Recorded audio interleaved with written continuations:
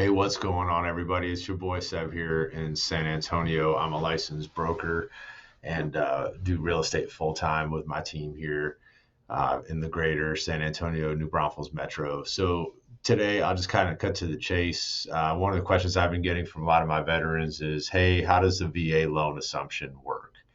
A lot of times I get, what does that even mean? People go, what's a VA loan assumption? It's actually a pretty cool tool for folks, and I just like to give a little bit of detail because there's a lot to it, but I'll share a little bit. So, if I am a VA seller and I used my VA loan to purchase my home, I can in turn ask another veteran to assume it. They assume the remaining balance that I have. So, the veteran that's assuming the loan needs to have enough eligibility to cover the original VA loan amount from uh, my loan. Okay. And so that could be problematic and there's issues with that. But let's just get into general the mechanics of how it works. So I find a veteran that wants to take over my loan. I'm at a 2.25% interest rate for my house. So let's say I want to sell my house for $450,000. I owe $300,000 remaining on my VA home loan at 2.25%. I can sell my house to somebody for 450,000. They can assume the 2.25% loan up to 300,000 if they get it approved. And there's a formal process for that. We'd love to talk to you about that separately. So please do reach out to me if you have questions about it. And I can go over what a loan assumption packet looks like. And if you're thinking about selling and want to use this as a tool for other veterans, I can certainly help you and guide you through that. But what happens to the other 150,000, which is the amount of the sale price, right? So there's $150,000 difference. So in general, this has been the hard part. Why a lot of people don't talk about it is you have to come in with cash to pay the difference. So in my example I gave you, it's kind of hard to just have somebody sitting around or find somebody sitting around to, give up $150,000 to take over a loan at, 2.25% for a $300,000 home. So in general, that's how it works.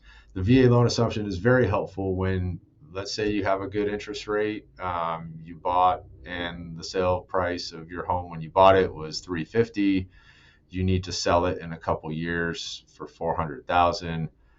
You can, there's probably like 335 remaining on the loan or 340 remaining on the loan, and you can have a veteran come in, take over the low APR, and it's not that hard for most folks to figure out either through an investment account, a 401k, or somewhere to find $20,000 to $30,000. So I have found in my experience, the VA loan assumption works really, really well when there's a smaller gap between the loan amount that's owed to the mortgage service provider of the veteran selling the home and the sale price.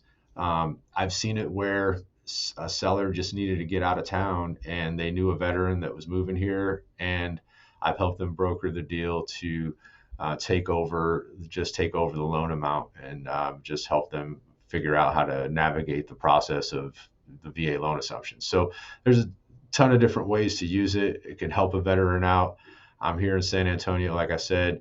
This is just a real broad brush of how it works.